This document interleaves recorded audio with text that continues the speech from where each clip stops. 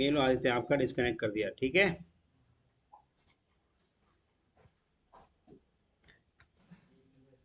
सबको क्लियर है सेट तक?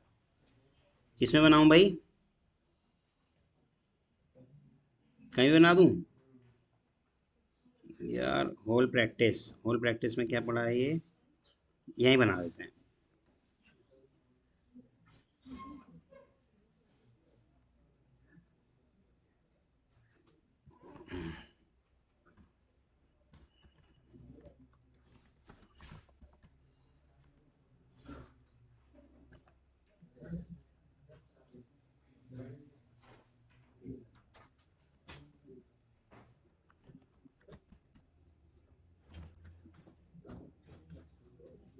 ठीक है, मैप की प्रैक्टिस कर रहे हैं।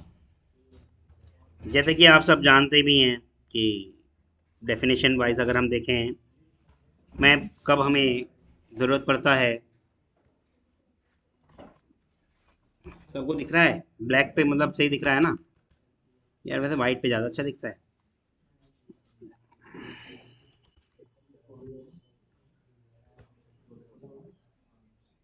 ठीक।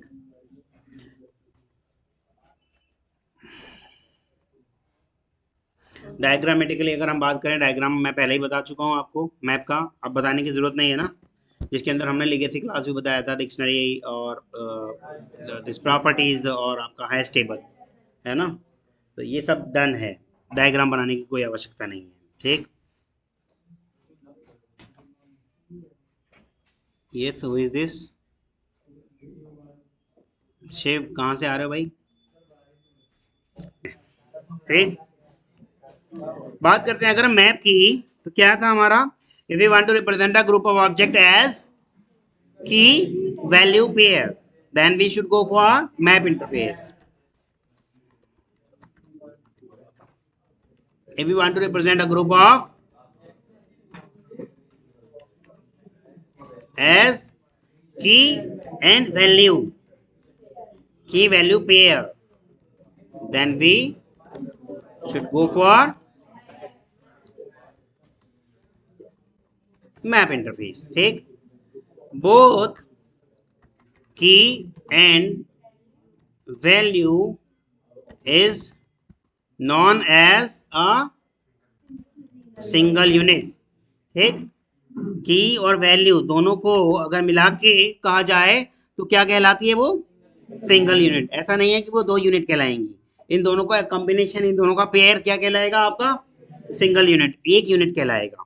ठीक है। और डुप्लीकेट्स आर, डुप्लीकेट्स आर, हाँ मैं बता रहा हूँ, duplicates are not allowed, but या यहीं लिख देते हैं, duplicates keys are not allowed. ठीक। duplicates keys are not allowed, but value can be duplicate।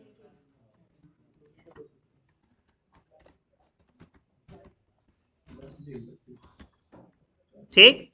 Value duplicate हो सकती हैं। ठीक है, क्लियर है। और ये जो हम बात कर रहे थे, की और वैल्यू, ये दोनों क्या होंगे? पेयर तो है ही। ये होंगे क्या? प्रीमिटिव, नॉन प्रीमिटिव क्या होंगे? ये दोनों कहलाएंगे आपके। ठीक है, समझ में आ रहा है? अगर मैं बात करता हूं, कहाँ गया मेरा पेंट ब्रश? यस। डायग्रामेटिकली अगर हम बात करते हैं तो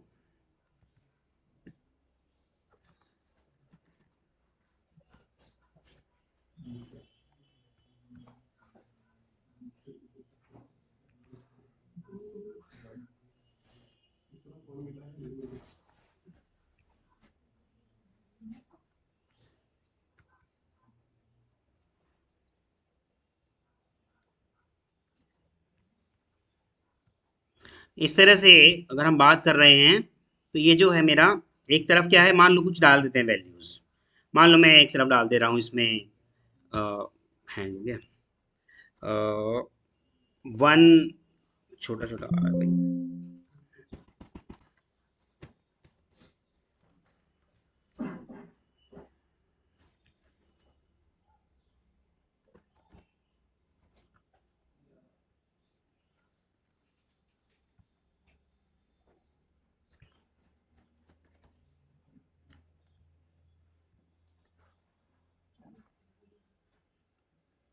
क्या है यार? नहीं, वो मैं चाहता हूँ कौन फैमिली कोई और हो।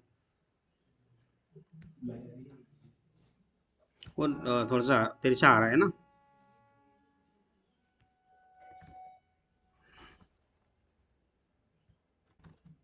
तिरछा क्यों आ रहा है?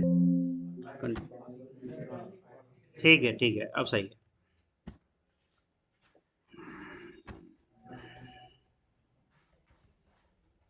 ठीक, मैं यहाँ वैल्यू डाल देता हूँ पहले। की और वैल्यू के हिसाब से हम कुछ डाल देते हैं, मान लो 100, और या हम कुछ नाम डाल देते हैं।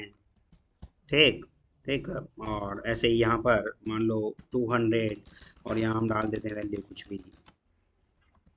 ठीक, इस तरह से करके बहुत सारे सब में डल जाएगा। ठीक, अब मैं बात कर रहा हूँ की और वैल्यू की। जब मैं अगर बात कर रहा हूँ की और वैल्यू की, तो मेरा ये जो है ये पेयर ये, ठीक, इसके अंदर ये दोनों डिवाइडेड है मेरे किस किस में, कीज और वैल्यूज में। जैसे कि मेरी ये कहला जा रही है की, और ये कहलाई जा रही है वैल्यू। बट इस पूरे को अगर मैं इस पूरे की बात कर रहा हूँ, ये तो वैल्यू हो गई। ठीक, लिख देते हैं इसको कि की है और ये वैल्यू है। ठीक,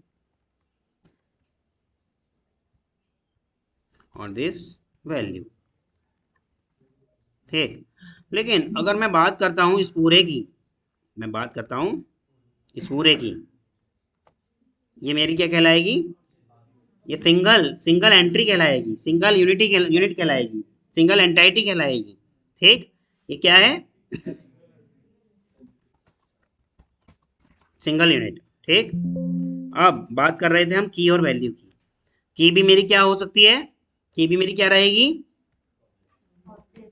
ऑब्जेक्ट। और वैल्यू भी मेरा क्या रहेगा? ऑब्जेक्ट।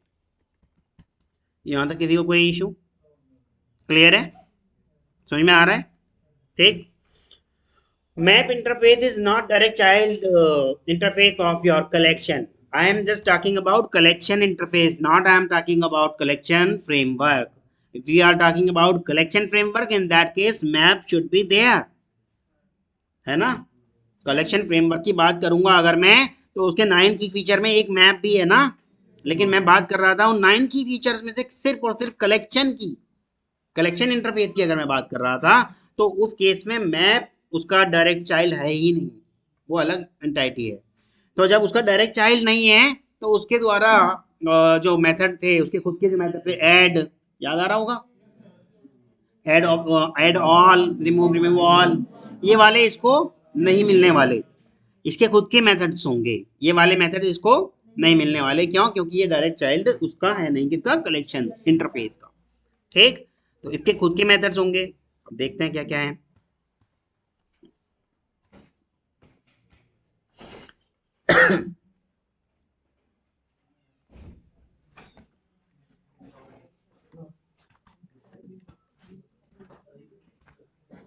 ये शॉर्ट क्यों हो रहा है? यस, मेथड है हमारा पुट, जिसके अंदर हम डालेंगे क्या? ऑब्जेक्ट। ऑब्जेक्ट क्या रहेगा? की। और क्या डालेंगे? Object, value. ठीक, की और वैल्यू, और ये दोनों क्या क्या कहलाएंगे और क्या रिटर्न करेंगे? ऑब्जेक्ट रिटर्न करेंगे। ठीक है, तो ये पुट, पुट से नाम से भी पता चल रहा होगा, पुट कुछ रखना। ठीक, यानी कि कुछ ना कुछ वैल्यू को ऐड, जो जहां से वहां पर हम ऐड करते थे, और यहाँ क्या करेंगे? पुट। आई थिंक पुश का हमने कहीं यूज भी किया था ना, पुट का नहीं, पुश का। कहाँ यूज किया था? स्टैक में, पुश पॉप पीक, याद आ रहा है? तो यहाँ पुट हमारा ऐड वाला काम करेगा, हमारे कलेक्शन के अंदर वैल्यू को पुट करेगा। ठीक है, इंसर्ट कर देगा। ठीक, पुट ऑल, इसमें कंप्लीट हम मैप इंटरफेस डाल सकते हैं, कंप्लीट हम मैप इंटरफेस में डाल सकते हैं। ठीक, और रिटर्न क्या करेगा? देखो, सिंगल चीज तो हम डाल नहीं रहे, सिंगल चीज डाल रहे होते तब ऑब्जेक्ट रिटर्न करता, अभी सिंगल चीज नहीं डाल रहे, कंप्लीट मैप डाल रहे हैं, तो इसकी रिटर्न टाइप हमारी वॉइड है। ठीक है, कई बार देखो, जावा की जो सन पीपल ने जब जावा डेवलप कर रहे थे, कई सारी चीजों में डिसीजन लेने में जब ये वाली बात लग रही थी भाई इसकी रिटर्न टाइप क्या दें, तो उस केस में उन्होंने वॉइड रखी है हमेशा, कि अब इसकी रिटर्न टाइम हम लेते ही नहीं। ठीक है, यस, गेट। गेट, मैं अगर गेट को डाल देता हूँ यहाँ पर की, तो वो लेके आएगा आपका ऑब्जेक्ट, और क्या लाएगा उस की के भी यहाँ पे वैल्यू लेके आएगा। ठीक। और गेट एक है रिमूव, रिमूव ये भी ऑब्जेक्ट ही रहेगा ऊपर वाला भी। ठीक। और रिमूव मेरा क्या करेगा, रिमूव मेरा क्या करेगा, रिमूव करेगा एंट्री, उस एसोसिएटेड जो भी मैं की डाल रहा हूँ उस की से रिलेटेड एंट्री को, यानी कि उस की पे, की के यहाँ पे जो भी वैल्यू होगी उसे क्या कर देगा, रिमूव कर देगा। क्लियर है। देखो अभी तक कोई सा मेथड ऐसा नहीं है कि हमारा कलेक्शन से आया है, सारे मेथड इसके अलग अलग हैं। ठीक। कंटेन, कंटेन्स की, अगर मैं कंटेन्स की डालता हूं तो उसके अंदर ऑब्जेक्ट में हमें डालना पड़ेगा की, तो रिटर्न लेके आ जाएगा ये आप हमारी जो भी हमारी कीज हैं, ऑब्जेक्ट तो लेके आएगा ही, लेकिन जो हमारी, सॉरी कंटेन्स मतलब चेक कर रहे हैं, कंटेन्स मतलब चेक करना होता है, तो क्या लेके आएगा, अगर हुआ तो क्या करेगा, ट्रू दे देगा, अगर नहीं हुआ तो क्या देगा, फॉल्स देगा। क्लियर है। जब कंटेन्स की कर सकते हैं तो कंटेन्स वैल्यू भी कर सकते हैं। ठीक। और रिटर्न क्या करेगा, अगर होगा तो बुलियन रिटर्न कर देगा, ट्रू या फॉल्स, है ना। क्लियर है। इज एम्प्टी पहले ही मैं चेक कराना चाहता हूं अपने मैप इंटरफेस को। ठीक। उसके लिए मेरे पास इज एम्प्टी, इज एम्प्टी, तो इज एम्प्टी क्या करेगा, रिटर्न, तो पूछ रहे हैं मुझसे क्या खाली है या नहीं, तो जवाब में सिर्फ उसके बाद दो ही चॉइस है, ट्रू या फॉल्स, वही बुलियन। ठीक। और है मेरे पास साइज, साइज निकाल के लाता है किस चीज में, भाई साइज जब कभी भी हमारा यूज हुआ है तो हमेशा इंट में ही आया है। ठीक। और है हमारे पास क्लियर, मैप को अगर मैं मैप में कुछ एंटाइटी उसमें ऐड करना चाहता हूँ, लेकिन उससे पहले मैं ये सुनिश्चित करना चाहता हूँ, ये श्योर करना चाहता हूँ कि क्या मेरा मैप पहले क्लियर है, इसमें कोई एक्स्ट्रा एलिमेंट पहले से तो नहीं पड़ा, तो मैं उसको डॉट करके क्लियर कर दूंगा। ठीक। मैं उसको डॉट करके क्लियर कर दूंगा, और क्लियर करने के बाद मुझे कोई रिटर्न टाइप नहीं चाहिए तो वॉइड रखिए। क्लियर है। ठीक है। की सेट, की सेट, ये एक देखो जैसे नाम से पता चल रहा होगा आपको सेट, तो की का सेट निकाल के लाएगा मेरे मैप इंटरफेस में से, क्या निकाल के लाएगा, कीज का सेट, जितनी भी कीज हैं उनका सेट निकाल के लाएगा, और बार बार सेट मैं कह रहा हूं तो इसका मतलब उसकी रिटर्न टाइप भी क्या होगी फिर, सेट। ठीक। जब कीज निकाल सकते हैं तो वैल्यूज में निकाल सकते हैं, वैल्यूज। ठीक। वैल्यूज सेट नहीं है, वैल्यूज सेट नहीं है। ठीक। क्लियर है। सेट ऑफ वैल्यू, इसे अगर हम डॉट करके वैल्यू निकालते हैं तो मेरे मैप इंटरफेस में जितने भी एंटाइटी की वैल्यूज हैं वो सारी की सारी वैल्यूज लेके आ जाएगा। ठीक है। वो सारी की सारी वैल्यूज लेके आ जाएगा, और वैल्यूज का रिटर्न टाइप मेरे पास कलेक्शन है, मैप इसका सेट नहीं है, क्योंकि हमें मालूम है मैप के अंदर keys are not duplicate but values are duplicate. ठीक है।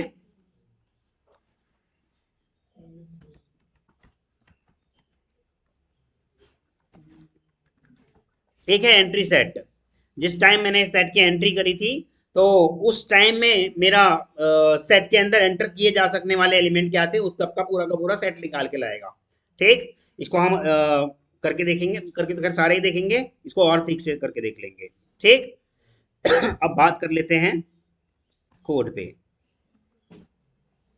यहाँ तक किसी को कोई इश्यू है, किसी को भी, फिर मैं पूछूंगा आप कहोगे कि भाई उस दिन तो मेरे को पूछना रह गया था। एंट्री सेट, अच्छा यही, ये तो मैं जब कराऊंगा मेथड तो वो तो कराऊंगा ही ना। ठीक। करते हैं भाई फिर। क्या मैं डायरेक्ट इसका ऑब्जेक्ट बना सकता हूँ मैप का, डायरेक्ट मैप का ऑब्जेक्ट बना सकता हूँ, कैसे बन जाएगा, भाई मैप है क्या, मैप है क्या इंटरफेस, ये नहीं बन सकता, चाहे मैं कितना भी इंपोर्ट वगैरह कर लूँ, कुछ भी कर लूँ, कुछ नहीं बनेगा, ये बताएगा बनाएगा ही नहीं। क्यों नहीं बनाएगा? क्योंकि मैप क्या है, इंटरफेस, इसका ऑब्जेक्ट नहीं बनेगा। इसकी इंप्लीमेंटिंग क्लास कौन कौन सी है? हैश मैप, हैश मैप का बन जाएगा, हैश मैप का बन जाएगा। ठीक, इसकी एंट्री मतलब हैश मैप से हम करते हैं। हैश मैप का underlying data sorry, hash map का अंडरलेइंग मतलब इंटरनल डेटा स्ट्रक्चर क्या होगा? Hash table. ठीक, हैश मैप का अंडरलेइंग डेटा स्ट्रक्चर क्या होगा? Hash table. और एक और होता है इसके अंदर लिंक्ड हैश मैप, है ना, उस पर भी बात करेंगे, अभी हैश मैप की बात कर रहे हैं। ठीक, हमसे इंटरव्यूअर कई बार पूछता है आपका हैश टेबल और हैश मैप में क्या फर्क है, हैश टेबल और हैश मैप में क्या फर्क है। उसके लिए हमें हैश टेबल पहले अच्छे से समझनी पड़ेगी कि हैश टेबल काम कैसे करती है। ठीक, बेस्ड ऑन सम कोड मेरी हैश टेबल काम करती है, और वो कोड क्या है? Hash code. वो कोड कैसे कैलकुलेट होता है वो भी हम करके देख लेंगे। ठीक,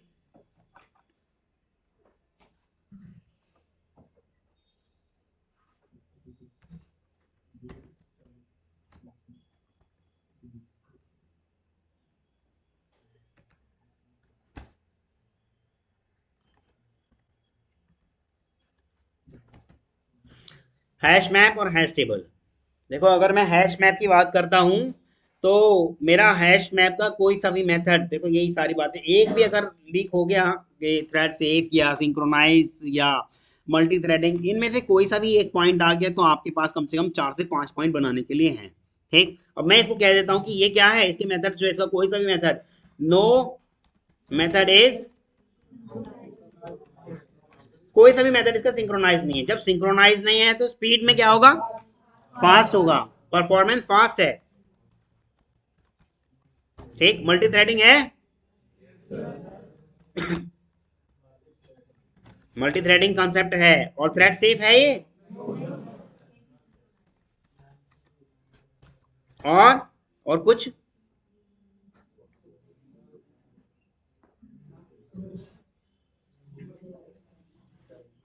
एक चीज और है जो अभी आप पढ़ते ही आ रहे थे, नल।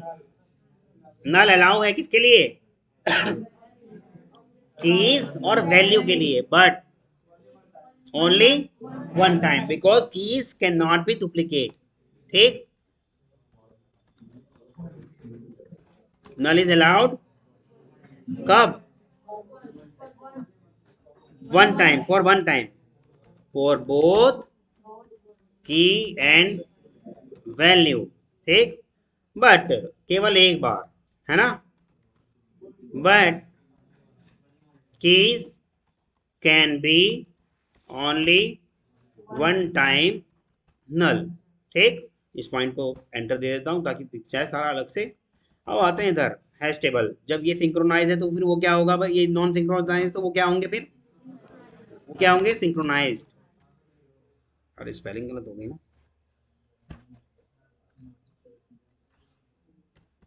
एवरी मेथड,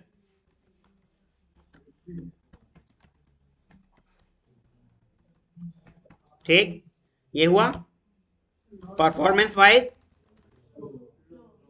क्या इसका तो सिंक्रोनाइज है ना?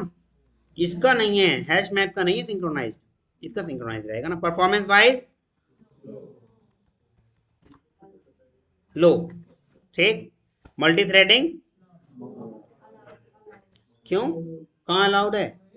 थ्रेड सेफ है, सिंक्रोनाइज है, एक एक करके जा रहे हैं तो कहते हैं मल्टी थ्रेडिंग अलाउ हो जाएगा।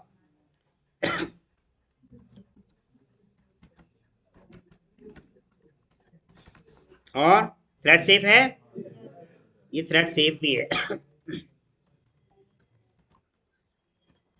और नल की बात करते हैं, नल इज नॉट अलाउड, नल यहां पर अलाउड ही नहीं है, नल इज नॉट अलाउड। ठीक है, अब बात करते हैं हैश टेबल पे, फिर इसके बाद हैश मैप पे आएंगे। एक हैश टेबल बना लेते हैं।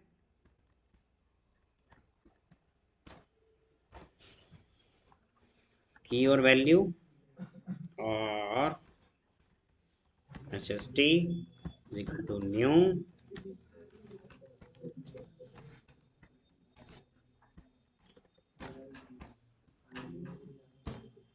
New hash table. और हाँ जी, ओके, ठीक है, ठीक है, क्लियर है, ठीक है। मान लो मैं अपना एक और इसी क्लास के बाहर एक क्लास और बना लेता हूँ। मान लो मैंने बना दी क्लास एम्प्लॉय नाम से, मैंने एक क्लास बना दी और इसका एक कंस्ट्रक्टर भी बना देते हैं। मान लो आईडी डालना चाहते हैं हम, आईडी, इसका एक कंस्ट्रक्टर बना देते हैं जिसके अंदर हम पास करा देते हैं आईडी, ठीक। और ये बन गया इसका कंस्ट्रक्टर और हम कर रहे हैं this dot I D is equal to ID, ठीक है। जो भी हम बनाएंगे वो इसके अंदर पास हो जाएगा, ठीक। और यहाँ हम कुछ बना लेते हैं, ये मैंने बना दिया एम्प्लॉय का ही ऑब्जेक्ट बनाते हैं, सी, ठीक। और यहाँ हमने आईडी डाल दी, मान लो 101 आईडी डाल दी, ठीक है, आईडी नंबर ये डाल दिया, ठीक। एम्प्लॉय को 1 रख देते हैं, इंसर्ट दबे तो 1 रख देते हैं। और सेम चीज एक और बना देता हूँ ऑब्जेक्ट, उसमें मैं डुप्लीकेट पास कराऊंगा, ठीक। 1 ही पास कराते हैं, 101, पर इसका नाम रखते हैं एम्प्लॉय नंबर 2, ठीक। और जो ये की वैल्यू हम कर रहे हैं इसको डाल देते हैं क्या, एम्प्लॉय टाइप कर देते हैं एम्प्लॉय, और यहाँ डाल देते हैं स्ट्रिंग, बहुत है। इसको भी हम डाल देते हैं क्या, एम्प्लॉय और स्ट्रिंग, ठीक। अब इनको ऐड कर लेते हैं, ठीक। एस एस टी डॉट, क्या करें, ऐड करूं या पुट करूं या पुश करूं, पुट, ठीक। क्या हुआ बोलो, आवाज आई कहीं से क्या, अभी करना चाह रहा हूं, पहले मैं आपको दिखाना चाहता हूं कि कैसे कैलकुलेट हो रही है चीजें, ठीक। या थोड़ा पहले एक काम करते हैं, आसान तरीके से करते हैं, ये सब बाद में करेंगे। ये लो भाई, नहीं समझ में आएगी तो उससे फायदा क्या है ना। इस कोड को हटाता हूँ, थोड़ा आसान वाला लेते हैं, ये बाद में कॉपी पेस्ट मार लेंगे हम, ठीक। फिर से एक हैश टेबल बनाते हैं, H S T is equal to new, ठीक है, ठीक। कंट्रोल शिफ्ट ओ, और व्हाट हैपन, क्यों,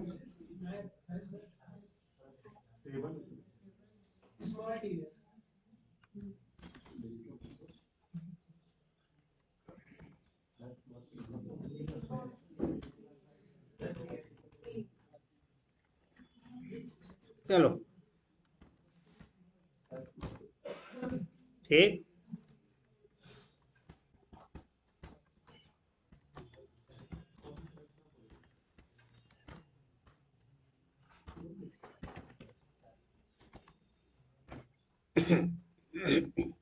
की और वैल्यू, ठीक।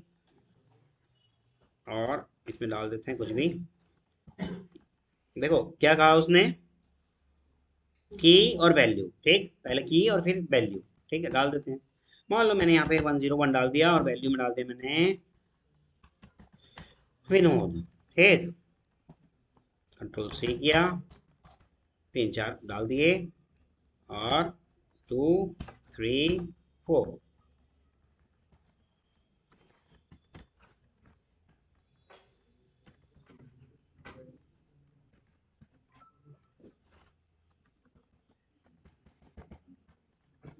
ठीक। वो इतना बहुत है,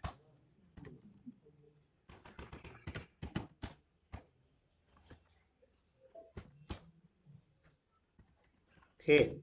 अगर हम इसको एग्जीक्यूट करते हैं, रन करते हैं, तो ये मेरे सारे की और वैल्यू कंसोल पे दिखने लग जाएंगे, ठीक। ये मेरे की और वैल्यू कंसोल पे दिखने लग जाएंगे। पर ये कैसे काम कर रहा है, अच्छा देखो, इंसर्शन ऑर्डर दिख रहा है आपको, कुछ कुछ भी नहीं है, जहां उसको कैलकुलेट करने के बाद जो उनसे इंडेक्स मिली उस इंडेक्स के अंदर उसको डाल दिया, यानी कि इंटरनली कुछ ना कुछ कैलकुलेशन चल रही है, ठीक। तो अब ये कैलकुलेशन हम सीखना चाहते हैं, देखना चाहते हैं, क्योंकि इंटरव्यूअर आपसे यही चीज पूछेगा। जो दूसरा वाला करा रहा था वो मैं थोड़ा सा एक स्टेप आगे का करा रहा था, पहले पीछे वाला देख लेते हैं, हैश कोड होती क्या चीज है, ठीक।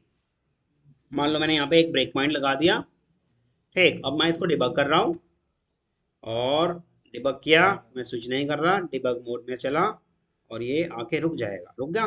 F6 प्रेस किया, नहीं चला। F6 अरे यार ये रेड हो गया। हाँ, अब यार दो चल गए। चलो HST पे आए तो देखा मैंने क्या चल रहा है, 101 इज इक्वल टू विनोद, ठीक है। पर ये देखो इसका एंट्री सेट देख लेते हैं एक बार, इसका एंट्री सेट, ठीक। इसके एंट्री सेट के अंदर हम गए और म्यूटेक्स हैश टेबल में गए और यहाँ अंदर आकर के थोड़ा सा बड़ा कर लेते हैं ताकि सबको सही से दिखे, ठीक। इसमें आए और यहाँ देखो हमने देखा बाय डिफॉल्ट साइज कितना है इसका, ये बात ध्यान रखना भाई। दिख रहे हैं आपको कितने दिख रही है इंडेक्सिंग? 10, हमेशा इसका क्या रहेगा? 10 रहेगा, ठीक है।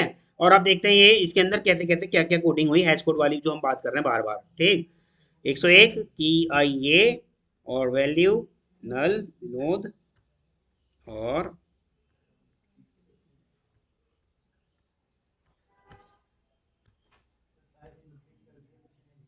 क्या हुआ, और बड़ा करूं या फिर तो ये बहुत कोडिंग बहुत बड़ी बड़ी हो जाएगी ना।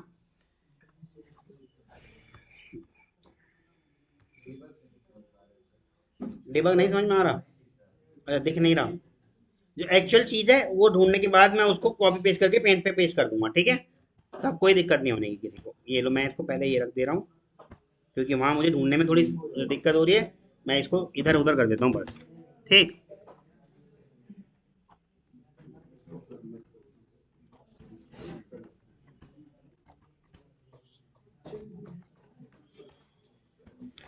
मेल हो भी जाएगा पर थोड़ा सा टाइम लग रहा था।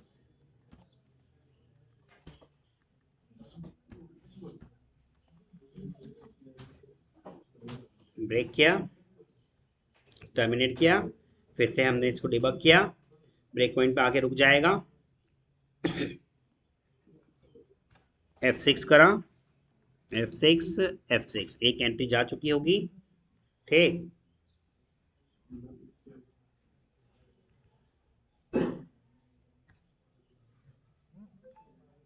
ये एंट्री आई, देखो ये मैं इसका पहले स्क्रीनशॉट ले लेता हूँ और पेंट ब्रश पे आपको दिखाने की कोशिश करता हूँ, ठीक।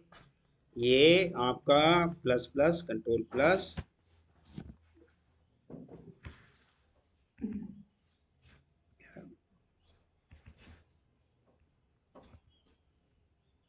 ये वैल्यू बड़ी कैसे होगी, अच्छा मैग्नीफायर से।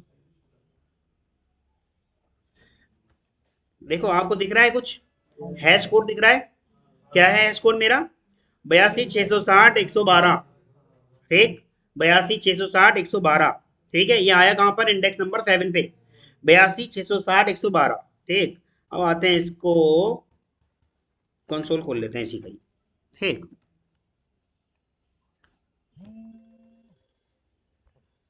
82 660 112, ये कंसोल खोला तो था, ये रहा। इसको कर लेते हैं बड़ा, ठीक। ये आ गया आपका कंसोल और क्या है मेरा? 82, ये इतनी सारी चीजें इसकी आ रही है ना, प्लेन लेते हैं हम कंसोल, ठीक। क्या था मेरा? 82 660 112, ठीक। ठीक है। ये कोडिंग इंटरनली इसको रिमाइंड कराता है, रिमाइंडर लेता है किससे? हमेशा 11 से रिमाइंडर, ये इसकी इंटरनली कोडिंग है। देखो क्या आया, 11 से इसको भाग करते हैं तो मेरा शेषफल क्या बचता है? इसको प्लस प्लस कर देता हूँ, थोड़ा सा और दिखने लगेगा। दिख रहा है आपको? मैंने ये जो हैश कोड आया उसको 11 से भाग किया तो क्या आया? 7, तो जाके 7 सातवें नंबर के इंडेक्स पे इसको डाल देगा। दिख रहा है आपको? नहीं दिख रहा? हाँ, जाके इसको सातवें नंबर के इंडेक्स पे डाल देगा। पर अब आपके दिमाग में ये आ रहा होगा, रिमाइंडर तो 7 फिर दोबारा कभी किसी और एलिमेंट का भी आ सकता है। रिमाइंडर तो 7 कभी किसी और एलिमेंट का भी आ सकता है, ठीक। पर इसकी खासियत ये है कि ये जब नोड बनाता है की और वैल्यू के हिसाब से, एक मिनट यार, चलें आगे। यस, ये समझ में आया कि देखो उसने कुछ हैश कोड जनरेट करा होगा इंटरनली और उसको इंटरनली कैलकुलेट करा होगा, यानी कि 11 से रिमाइंड कराया होगा, डिवाइड करा होगा, जो भी शेषफल बच रहा है वो हमारी इंडेक्स कहलाएगी। और आपके दिमाग में ये वाली बात आ रही होगी कि भैया 7वां नंबर तो दोबारा आ सकता है ना, ये 7 तो दोबारा आ सकता है, तो क्या इसे रिमूव कर देगा? नहीं, इसे रिमूव नहीं करेगा। इसका इंटरनल स्ट्रक्चर कैसे काम करता है वो मैं आपको बना के दिखा देता हूँ। इसकी इंटरनल कोडिंग है, इन्होंने 11 ही चूज किया है। ठीक भाई, देखो साइज जो होता है, साइज प्लस वन से वो कर रहे हैं, जो मेरी इसका साइज है ना 10, 10+1 से उन्होंने इसको रिमाइंड कराने की कोशिश की है। और जो भी रिमाइंडर आएगा, रिमाइंडर होल नंबर में आएगा, यानी कि इंटीजर में आएगा। और ये इंडेक्सिंग देखो 0 1 2 सॉरी 1 से लेके 9 तक है ना इंडेक्सिंग, 0 1 2 3 4 5 6 7 8 9, और इनमें से ही आने वाली है रिमाइंडर, इन्हीं में से ही आने वाला है। ठीक, इसलिए इसने इसको इस तरह से कराया है। अब देखते हैं क्या कह रहा था मैं, हाँ, ये काम कैसे कर रहा है। ठीक,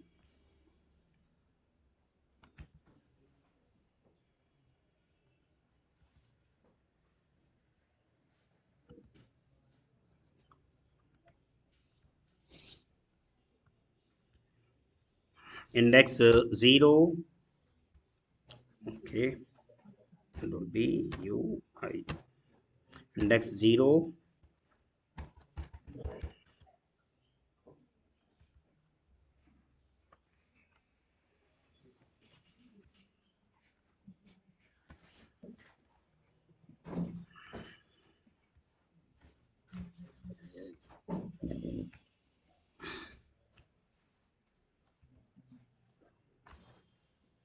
1 2 3 4 5 6। ठीक है, मान लो मेरी इंडेक्स जो थी, ये रिमाइंडर करके ये आया। ठीक, और इस पे उसने मेरे एलिमेंट को रख दिया, यहाँ मेरे एलिमेंट को उसने रख दिया। ठीक, पर दोबारा मान लो फिर से 2 आया, तो क्या इसे इसे डिलीट कर देगा? नहीं, इसके पास एक और फील्ड होती है नेक्स्ट। देखो अच्छा दिख नहीं रहा, नेक्स्ट फील्ड होती है, देखो हल्का हल्का दिख भी रहा होगा। नेक्स्ट, नेक्स्ट के लिए वो एक जगह बना के रखता है। अगर मान लो दोबारा से 2 आ गया, तो वो इसके अंदर जाके इसके नेक्स्ट में डाल देगा।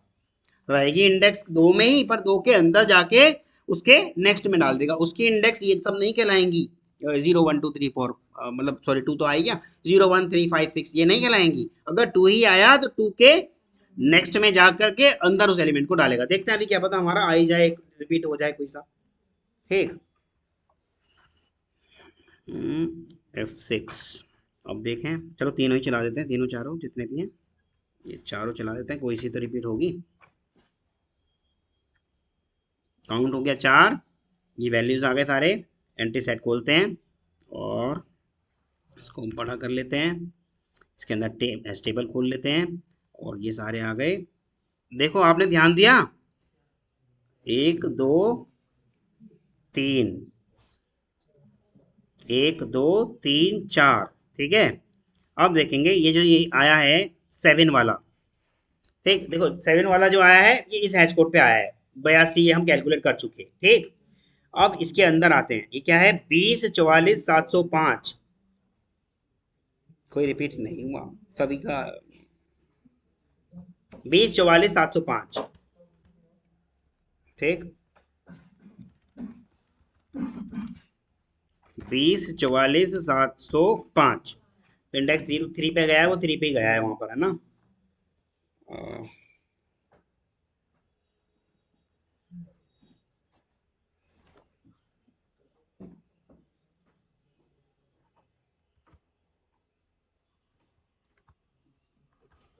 बस ये इसलिए समझा रहा हूँ आपको, अगर इंटरव्यूअर ने पूछ लिया तो आप उसकी इंटरनल स्ट्रक्चर समझा सको कि भाई टेबल ऐसे काम करती है। और ओके, सबका अलग अलग इंडेक्स, एक आध और एंट्री डाल के देखते हैं।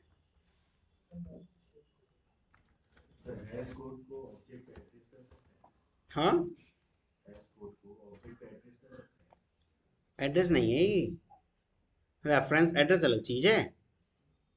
आपके इस ऑब्जेक्ट की कोडिंग की है उसने, किसमें कन्वर्ट किया, हैश कोड में। हैश कोड एड्रेस नहीं है, एड्रेस इज डिफरेंट थिंग।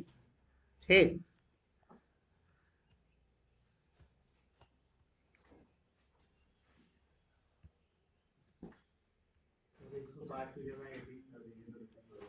अच्छा 18 से रिपीट हो जाएगा। सिर्फ 18। ठीक।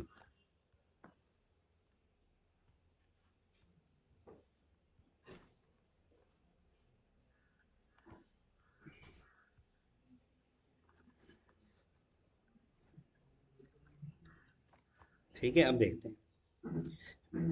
HST और एंट्री सेट, अंदर आए, टेबल देखा, इसके अंदर आए, 1 2 3 4, हाँ एक तो रिपीट हुआ है भाई। हाँ एक रिपीट हुआ है। देखो आपने इसका क्या है, 82 660 112, ठीक। परंतु इसके अंदर एक और रिपीट हुआ है आपका, देखें।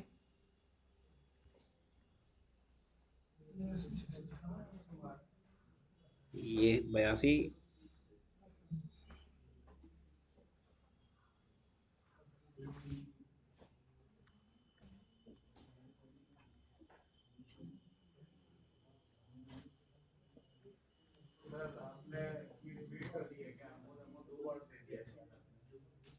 कहाँ दिया, अच्छा।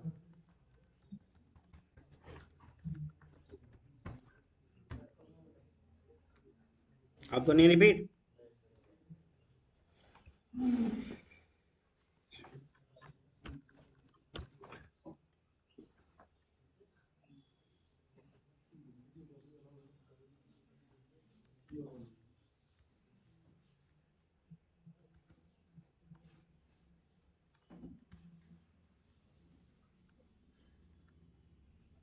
1 2 3 4, विनोद आया।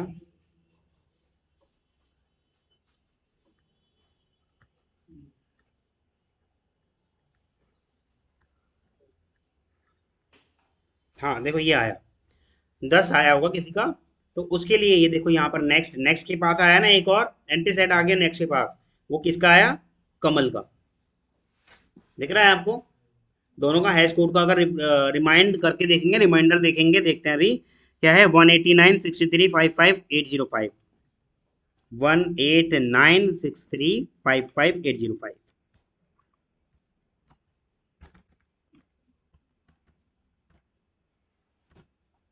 यही था ना। हाँ 63 फिर, नहीं यार, देख लेते हैं।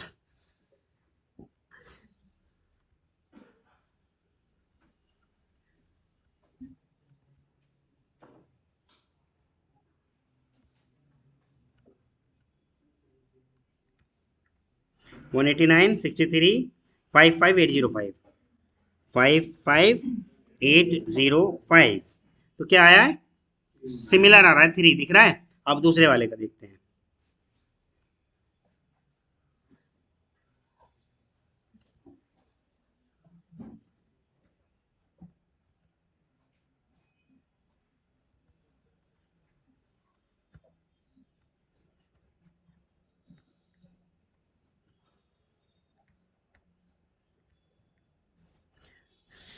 712 765 68।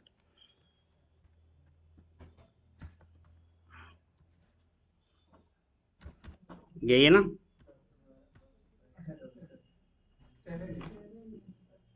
7 है,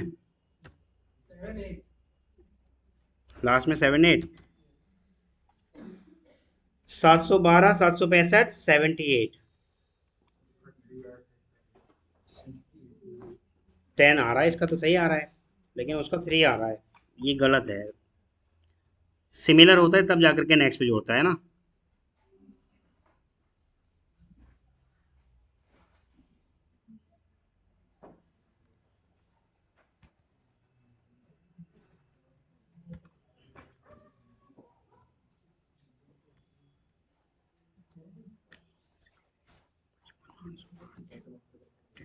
ये कॉपी भी तो नहीं हो रहा,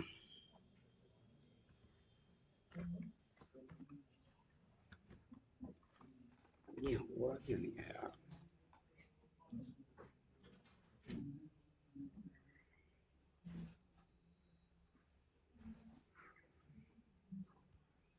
अकॉर्डिंग टू दिस इसको 3, इंडेक्स नंबर 3 पे जाना चाहिए था फिर तो।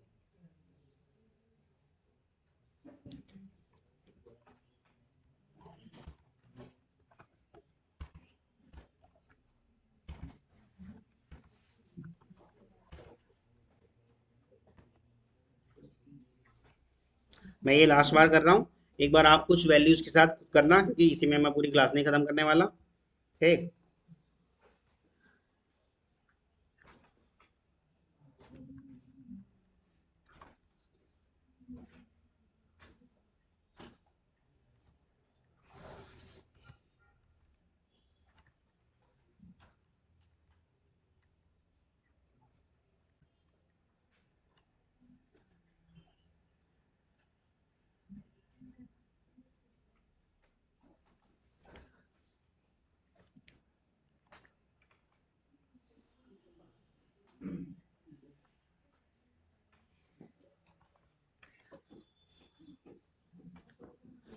इसको एक बार खुद करके देख लेना। लेकिन देखो ये करता क्या क्या चीज है, मतलब हर एक एंट्री के लिए क्या बनाता है, एक तो नोट बनाता है की वैल्यू के हिसाब से, की वैल्यू पेयर के हिसाब से नोट बनाएगा, और फिर उसके इंटरनल जाकर के क्या बनाएगा, एक की और फिर एक वैल्यू बनाएगा, और एक नेक्स्ट नोड बनाएगा। नेक्स्ट नोड सेव करके रखता है इसलिए कि अगर सेम इंडेक्स अगर डिवाइड करके आ गया, रिमाइंड करके आ गया, तो उस नेक्स्ट नोड से जोड़ देगा, और जब वो नेक्स्ट नोड जुड़ेगी तो उसके अंदर भी जाके एक नेक्स्ट मिलेगी। भाई तीसरी बार भी तो आ सकता है, जरूरी थोड़ी है कि दो ही बार गया है। मतलब जब जब बनेगी एक नोट तो उसके अंदर नेक्स्ट जरूर रहेगी। मान लो सिमिलर इंडेक्स निकल के आई, तो वो उस लोकेशन पे उसके इंटरनल जाकर के उसको ऐड करा देगा। ठीक है। तो ये था आपका हैश टेबल की वर्किंग। अब हम बात कर रहे थे डुप्लीकेसी वाली बात। वो कोड कॉपी कर लेते हैं जो हमने अभी किया था। ये था, एम्प्लॉय नाम से बनाया था, और यहाँ कुछ डाल देते हैं क्योंकि स्ट्रिंग है तो कुछ स्ट्रिंग टाइप की चीज डाल देते हैं।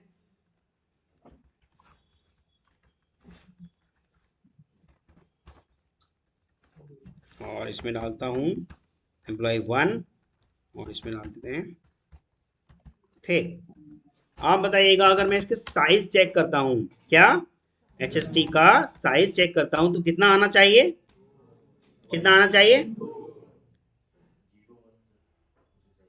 नहीं, वो तो इंडेक्सिंग होती है सर। साइज कितना आना चाहिए? दो आना चाहिए। देखो रिपीटिशन हो रहा है, और तब तो 1 आएगा। आप देखिएगा इसका साइज 1 नहीं आया। वैसे तो आपने बिना सोचे समझे कहा था कि 1 आ जाएगा, वो 2 आ जाएगा। लेकिन मैंने आपको जब इंडिकेट कराया कि देखो दोनों रिपीट हो रहे हैं, तब आपको शायद थोड़ी सी याददाश्त वापस आई आपकी, ये तो डुप्लीकेसी हो रही है। लेकिन साइज ने 2 कैसे दे दिया, कमाल की बात तो ये है। हमारी जो दिक्कत है, प्रॉब्लम है, ये वो है यहाँ पर कि इसने साइज 2 कैसे दे दिया। अब मैं देखो सेम चीज कर रहा हूँ। ये एक काम करते हैं, कंट्रोल सी और control V, control H, employ को करते हैं इंटीजर से रिप्लेस ऑल। क्यों भाई, करना तो चाहिए था। छोड़ो, नोट पैड पे ही तो कर रहा हूँ, कंट्रोल एच होता है ना। कंट्रोल सी, ये लो, हम तो ऐसे भी कर देंगे।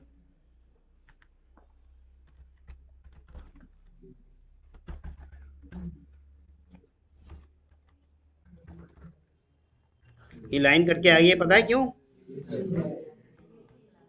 हाँ, हाँ, इसको एम्प्लॉय 1 की जगह EM1 और EM2 कर देते हैं, क्योंकि वेरिएबल की डुप्लीकेसी हो जाएगी ना।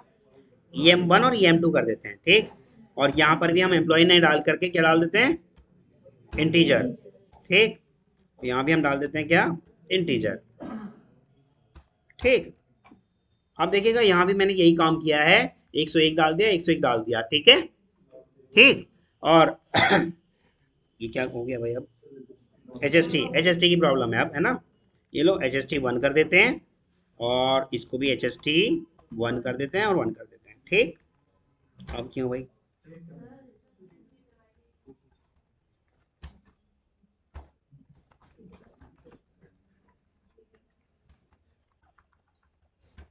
1 कर दिया, और डॉट पुट करा। यहाँ पे डाल देते हैं हम कुछ इंटीजर का ऑब्जेक्ट EM1, और कुछ नाम डाल देते हैं। ठीक। और ठीक, यहाँ EM1 की जगह EM2 2 डाल देते हैं। देखो दोनों ही चीजें रिपीट हुई हैं, यहाँ पर भी रिपीट हुई है ना। अब इसका साइज देखते हैं क्या आएगा, क्या आएगा 2। देखिएगा इसका साइज क्या आया 1। इसका साइज 1 क्यों आया,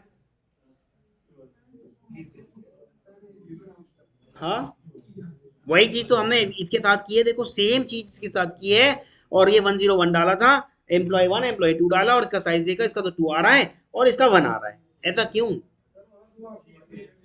दो ऑब्जेक्ट यहाँ भी क्रिएट किए हैं, रे न्यू न्यू करके नहीं करे,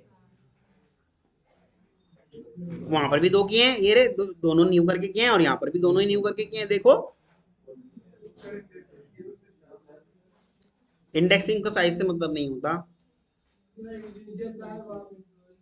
हाँ, यहाँ थोड़ा सा आपने देखा, ये जावा की इंटरनल क्लास है, रैपर क्लास किसकी, इंट की रैपर क्लास है।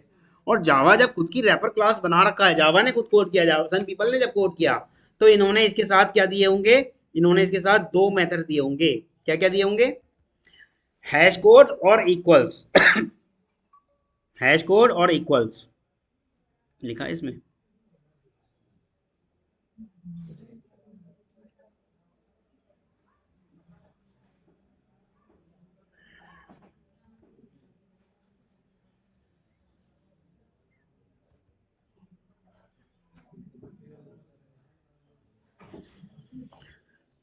इसमें नहीं दिख रहा, इसमें यहाँ जाते हैं।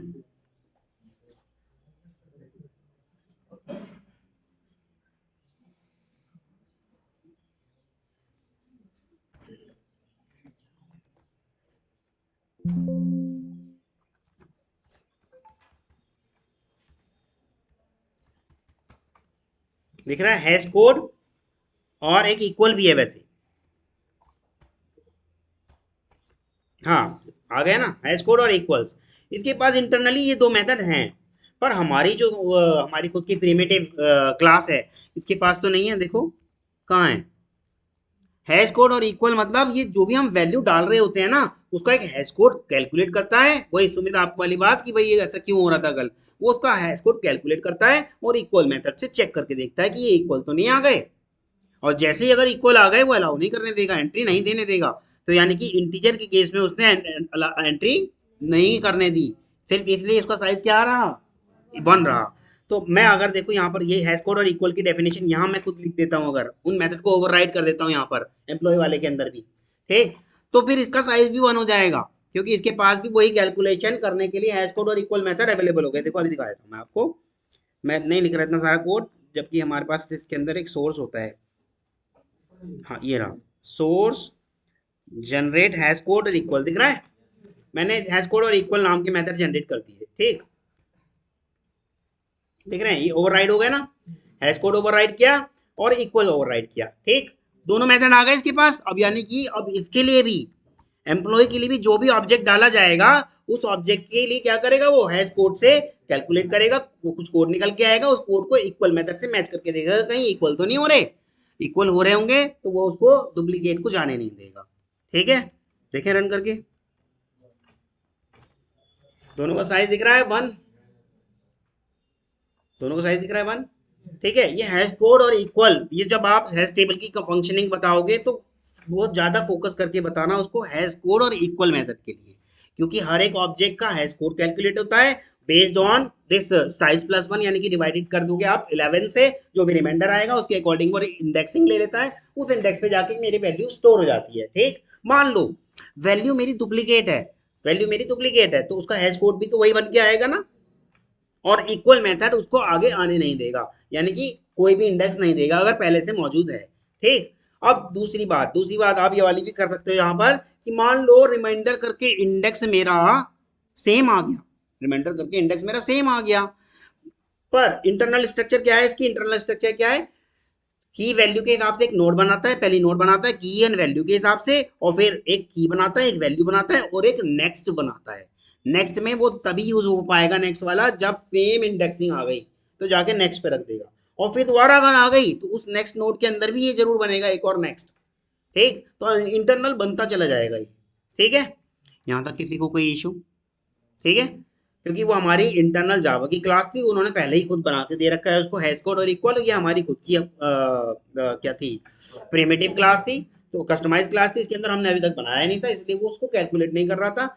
इसीलिए वहाँ डुप्लीकेसी अलाउ हो रही थी, चाहे कोई भी ऑब्जेक्ट डालो वहाँ डुप्लीकेसी अलाउ हो रही थी। चाहे मैं स्ट्रिंग स्ट्रिंग करके भी डाल देता, हेलो हेलो करके भी डाल देता ना, भले ही कॉन्स्टेंट पूल में हेलो जाता है, लेकिन यहाँ न्यू करके जब बनाता हूँ, कोर्सफुली एड्रेस मांग रहा हूँ उससे, तब भी दो जाते, 100% जाते।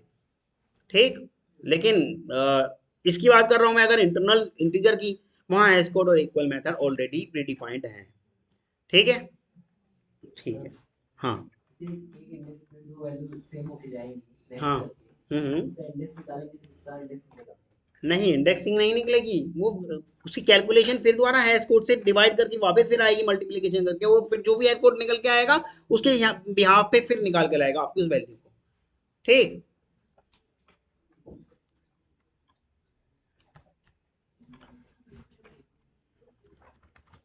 अब आगे बढ़ते हैं।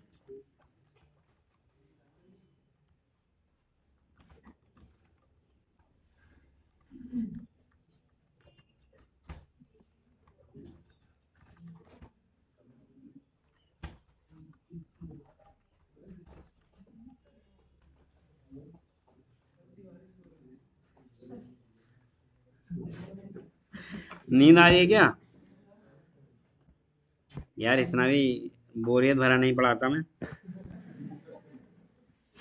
तो दोनों में पहले देखो, अगर इंटरव्यूअर पूछ रहा है आपसे हैश टेबल और हैश मैप, दोनों के अंदर कुछ भी खास नहीं है, बस आपने वो पकड़ लेना ये कॉन्सेप्ट, सिंक्रोनाइज नॉन सिंक्रोनाइज, ये याद आ गया। फिर thread safe not thread safe, performance low performance high, इस तरह से करके आप सारे कम से कम 4 से 5 पॉइंट बता दोगे।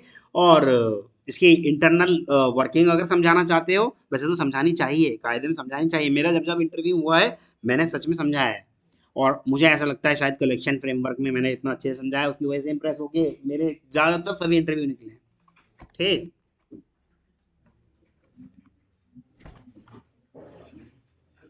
मत भाई देखो, इंटरव्यू के लिए आपको दोनों में से कोई एक चीज स्ट्रांग कर लेनी है। या तो अपना सेलेनियम स्ट्रांग कर लो, वो मात ना दे पाए आपको, या अपना जावा स्ट्रांग कर लो। और मैनुअल तो भैया करना ही पड़ेगा, मैनुअल से नहीं बच सकते आप। मैनुअल जाने बिना वो आगे बढ़ेगा ही नहीं। उसे पता तो चले कि आप टेस्टर हो भी या नहीं हो। मैनुअल टेस्टिंग अगर आपको नहीं आती, तो ना जावा पूछेगा ना सेलेनियम पूछेगा, कुछ नहीं पूछेगा वो। ठीक है। वो आपको बड़ा सुंदर सा सेंटेंस कह देगा, we are shortlisted your name and we will call you letter.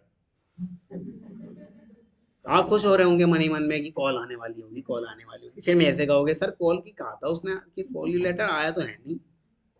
समझ रहे हो?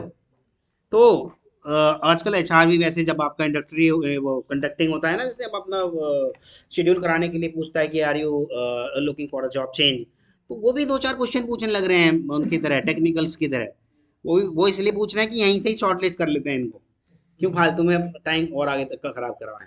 ठीक है। उन्होंने बेसिक बेसिक से क्वेश्चंस की लिस्ट बना रखी है, आपसे जल्दी जल्दी पूछ लेते हैं वो। उन्हें सिर्फ ये देखना होता है कि उन्हें नहीं आता, सच बताऊं उन्हें नहीं आता। उन्होंने तो उनके answer one one one word लिख रखे हैं, अगर उससे मैच कर गया ठीक है, या फिर वो डिपेंड करता है कि आपका कॉन्फिडेंट क्या है। मान लो आपने वो वर्ड से मैच वाला भी नहीं बताया, आपने कॉन्फिडेंटली बता दिया कुछ, उसे कोई फर्क नहीं पड़ता, वो देखेगा कॉन्फिडेंटली बताया, इसका मतलब ठीक ठाक ही होगा, वो आगे कंडक्ट करा देता है। ठीक है।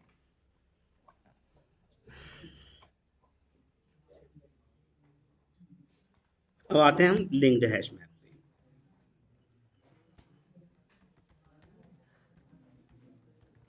Linked hash map. ठीक। लिंक्ड हैश मैप, इसकी अगर मैं इंटरनल अंडरलाइंग डेटा स्ट्रक्चर की बात करूं तो क्या हो सकता है? हैश टेबल और लिंक्ड लिस्ट। हैश टेबल और लिंक्ड लिस्ट इसकी अंडरलाइंग डेटा स्ट्रक्चर है, हैश टेबल और लिंक्ड लिस्ट। ठीक है।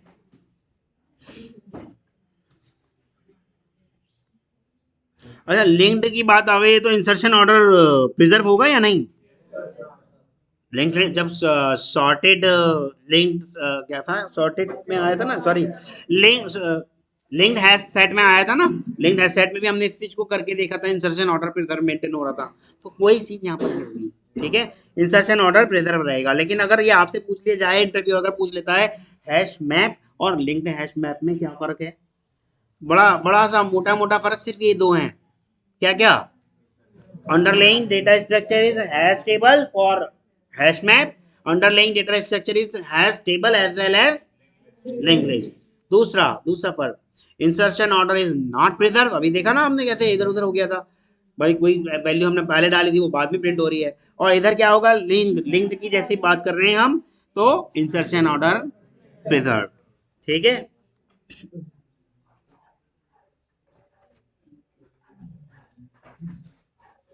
बाकी और कुछ इसमें खास है नहीं। ठीक है, आइडेंटिटी वीक ये सब कोई आपसे नहीं पूछेगा, मैं भी इसमें आपका भी टाइम नहीं खराब कर रहा। वीक मैप, आइडेंटिटी मैप ऐसे हैं तो बहुत सारे डिक्शनरी वगैरह सब हैं, लेकिन एक वो है आपका प्रॉपर्टीज। प्रॉपर्टीज पे आप काम करोगे काफी। प्रॉपर्टीज होता है एक, प्रॉपर्टीज पे आप काफी काम करोगे। प्रॉपर्टीज पे देखो इस तरह से हम यहाँ पर अपने एक फाइल बना लेते हैं। नहीं, मेरा प्रोजेक्ट कहाँ गया, यही है, इसी में बना देता हूँ। ठीक, एक बना देते हैं, मैं बना रहा हूँ फाइल फाइल फाइल, ये रहा फाइल। ठीक, और मैंने बना दिया abcd डॉट प्रॉपर्टीज।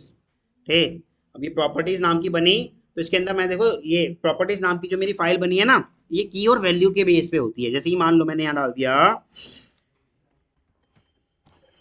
ब्राउजर, और यहाँ इस तरह से की और वैल्यू के भी आप पे ये चलता है। ठीक, वर्ड क्रोम करेक्टली स्पेल्ड, अच्छा स्पेलिंग के लिए कह रहा होगा। ठीक है, तो इस तरह से ये चलता है। और जब हम अपनी प्रॉपर्टीज को यूज कर रहे होते हैं तो इसको यूज करते हैं, वैल्यू अपने आप उठा के लाता है। ठीक है, प्रॉपर्टीज को यूज करते हैं तो इसको यूज करते हैं, हीप को, और इसकी वैल्यू को अपने आप उठा के लाता है। जब कभी भी आपने ये किया होगा, एक कोड लिखा होगा ना ब्राउजर लॉन्चिंग का कोड, उसके लिए एक मेथड बनाया होगा। मान लो आपसे आपका क्लाइंट कह रहा है जी नहीं मैं तो अभी तक तो क्रोम पे चेक करा रहा था, अब मैं चेक कराना चाहता हूँ इसको फायरफॉक्स पे, तो आप क्या अंदर आके कि चीज चेक गलत वो चेंज करोगे? जहां आपने ब्राउजर लॉन्चिंग का कोड लिखा था ना, उसको पैरामीटराइज बना के स्ट्रिंग में आपने जहां पे कुछ भी स्ट्रिंग डाल रहे हो वहां कॉल करा लो, और वहां पर क्रोम की जगह फायरफॉक्स डाल दो, और अंदर इफ एल्स करके बस चेक करा लो कि मेरी जो प्रॉपर्टीज है, लोड कराओगे प्रॉपर्टीज को, प्रॉपर्टीज की चेक कराओगे, प्रॉपर्टीज का जो ये वाला ब्राउजर है डॉट इक्वल्स फायरफॉक्स है, तो ये वाला कोड चल जाए, यानी कि इक्वल टू न्यू फायरफॉक्स करके जैसे लॉन्च कराते हो सारा कोड लिख दोगे, एल्स करके फिर क्रोम का लिख दोगे, एल्स करके फिर आई का लिख दोगे। वैसे तरीका तो यही होता है, ब्राउजर डायरेक्ट लॉन्च नहीं कराते हम, उसके लिए एक कस्टमाइज मेथड लिखा जाता है। एक उस कस्टमाइज मेथड को इतना कस्टमाइज कर देते हैं कि बस एक ही जगह हम चेंज मारें और काम चल जाए। एक ही जगह हम चेंज मारें भाई, कोड में भी चेंज ना मारें। यहाँ आए ब्राउजर को, यहाँ पे हमने क्या कर दिया, फायरफॉक्स कर दिया, कोड तो वही चलेगा। वो उठा के लाएगा, चेक करेगा कि Chrome this browser dot equals Chrome match करा तो इफ में अंदर आ जाएगा, नहीं करा तो एल्स इफ में जाएगा। फिर चेक करेगा browser dot equals Firefox match करा तो अंदर जाएगा और फायरफॉक्स वाला लॉन्च कर देगा। ठीक है,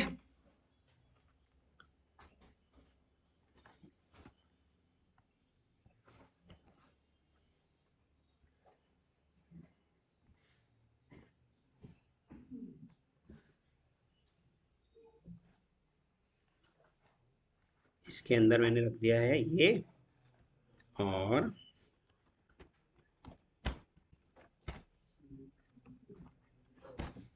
प्रॉपर्टीज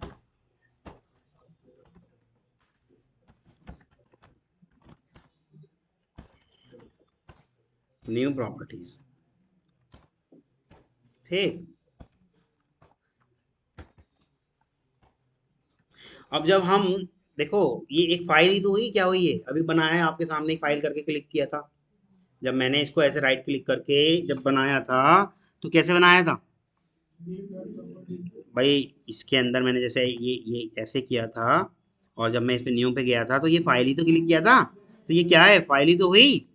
तो जब हम फाइल के साथ काम करेंगे, जब हम फाइल के साथ काम करेंगे, रीडिंग का काम करेंगे या राइटिंग का काम करेंगे, तो फाइल आपकी इनपुट स्ट्रीम और फाइल आउटपुट स्ट्रीम दोनों में से कोई सा एक तो यूज करोगे ही। जब रीडिंग का काम कर रहे होगे तो फाइल फाइल इनपुट स्ट्रीम का काम करोगे, जब राइटिंग का काम कर रहे होंगे तो फाइल आउटपुट स्ट्रीम का काम कर रहे होंगे। और जब फाइल इनपुट और आउटपुट स्ट्रीम पे हम काम करेंगे तो हमें खतरा है, यानी कि चेक्ड चेक्ड एक्सेप्शन करा दी मैंने आप लोगों को, एक्सेप्शन नहीं कराई। यानी कि चेक्ड एक्सेप्शन, आप लोग समझ रहे होंगे इससे बीटा, यानी कि चेक्ड एक्सेप्शन हमारी रिस्पॉन्सिबिलिटी है एज अ प्रोग्रामर की, चेक्ड एक्सेप्शन है ये, हमें इसका अल्टरनेट वे देना पड़ेगा। एक्सेप्शन हैंडलिंग क्या होता है? एक अल्टरनेट वे। मान लो ये फाइल किसी ने आके यहाँ से डिलीट कर दी और हम अपना रन कर रहे हैं, कोड रन होगा, देखेगा उस पाथ पे जाके फाइल ही नहीं है, तो कुछ तो अल्टरनेट वे दो कि भाई अगर नहीं भी मिली तो क्या करें। वहां पे ही मान लो किसी ने फाइल डिलीट कर दी, क्लाइंट के सामने कोड खुल के आ जाए, ये अच्छी बात नहीं है ना। कभी भी ये बहुत बड़ा फेलियर है एक प्रोग्रामर का, एक डेवलपर का, एक प्रोग्रामर का, कि कोड खुल के आ जा रहा है आपके सामने। कभी भी कोड खुल के नहीं आना चाहिए। क्या हुआ? अरे भाई जब एरर आती है, एरर आती है तो वो कोड खुल के आ जाता है कंसोल पे, दिखता है ना कि यहाँ एरर आ गई, खुल गया कोड, जो चल रहा था एग्जीक्यूशन वहां से हट के आ गए सीधे वहां पे कोडिंग पे। कोड दिखाना नहीं चाहता कोई प्रोग्रामर और डेवलपर, समझ में आया? इसीलिए हम अपने कोड को डायरेक्ट ऐसे रन नहीं करते, हम इनको जार्स बना करके देते हैं। वो कभी कभी किसी क्लाइंट की मर्जी होती है, हमेशा ज़्यादातर यही होता है कि भाई हमें कोड भी चाहिए, तो ज़्यादातर हम अगर हम सी शार्प पे काम कर रहे हैं डीएलएल बना के देते हैं, अगर हम ये जावा पे काम कर रहे हैं तो जार्स बना के देते हैं, हम अपना कोड कभी नहीं देते। ठीक।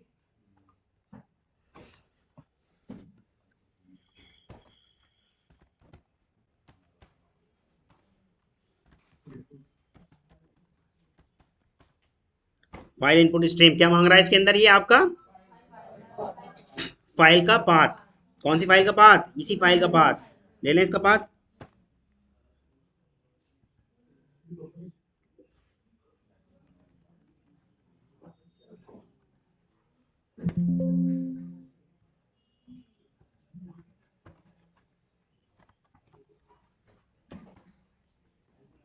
अब देखो कह रहा है ना, फाइल इनपुट स्ट्रीम किया है भैया, या तो इसे ट्राई कैच में डालो या फिर एक थ्रो कराओ।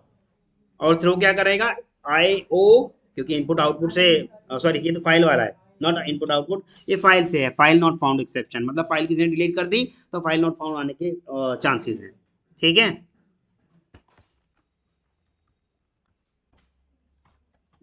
इस पे आप काम करोगे इसलिए थोड़ा सा करा रहा हूँ, वरना मुझे कोई शौक नहीं लग रहा है सब काम कराने का। ठीक। प्रॉप डॉट प्रॉपर्टीज को मैंने कहा था ना लोड कराते हैं, लोड कराया और इसके अंदर मैं अपना ये फाइल इनपुट स्ट्रीम का ऑब्जेक्ट डाल दूंगा। और लोडिंग के केस में भी ये कह रहा है कि भैया इसे सराउंड करो, क्यों? क्योंकि मेरी जो है ये गड़बड़ हो गई, अगर मान लो जो जिस चीज को आप लोड करा रहे हो वही ना मिली तो, ठीक, वो कह रहा है या तो सराउंड करो या एक थ्रो डिक्लेरेशन डालो।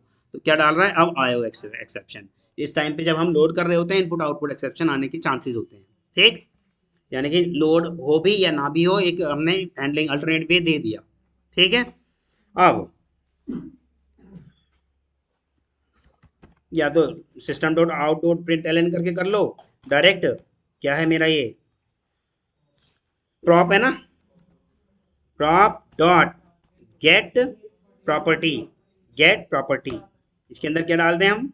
गेट प्रॉपर्टी में मेरा की नेम क्या था वहां? ब्राउजर। ठीक। ब्राउजर सेव करते हैं और रन करते हैं। आ गया आपका फायरफॉक्स। मैंने शायद गलती से इन्वर्टेड कॉमा में डाल दिया है ना। ठीक। की और वैल्यू पे आया। अब इस तरह से बस ये 3 लाइन का कोड है आपका। आगे आपका देखो फायरफॉक्स, वहां पर अब आपको ये सारी कोडिंग अपने आप दिमाग लगाना, मैं नहीं कराने का भाई। ये फेल से एक ब्राउजर लॉन्चिंग का कोड लगाना, जहाँ पे आप थोड़ा सा सिर्फ यहीं पर ही जाके चेंज मार देना। जो आपने अगर यहाँ डाल दिया फायरफॉक्स तो फायरफॉक्स लॉन्च होना चाहिए, यहाँ अगर आपने डाल दिया क्रोम तो क्रोम लॉन्च होना चाहिए, आपने आई डाल दिया तो इंटरनेट एक्सप्लोरर होना चाहिए। तो यानी कि आपको एग्जीक्यूटेबल 3-4 चाहिए अब। अभी तक क्रोम ड्राइवर पे खेल रहे थे, अब एग्जीक्यूटेबल आपके पास 3-4 चाहिए, तब जाकर के ये आपका कोड चलेगा। या फिर डिपेंडेंसी वाला तो आपको नहीं कराया होगा ना अभी। हाँ, सिर्फ आप एग्जीक्यूटेबल डाउनलोड करके ऐसे करना, करा दिया डिपेंडेंसी वाला। हाँ, या फिर डिपेंडेंसी ऐड करो फिर उनकी, अगर ये एग्जीक्यूटेबल डाउनलोड नहीं करना चाहते तो फिर इनकी डिपेंडेंसी ऐड कर लो। ठीक है। ठीक। ठीक है, फिर यहीं तक रखते हैं।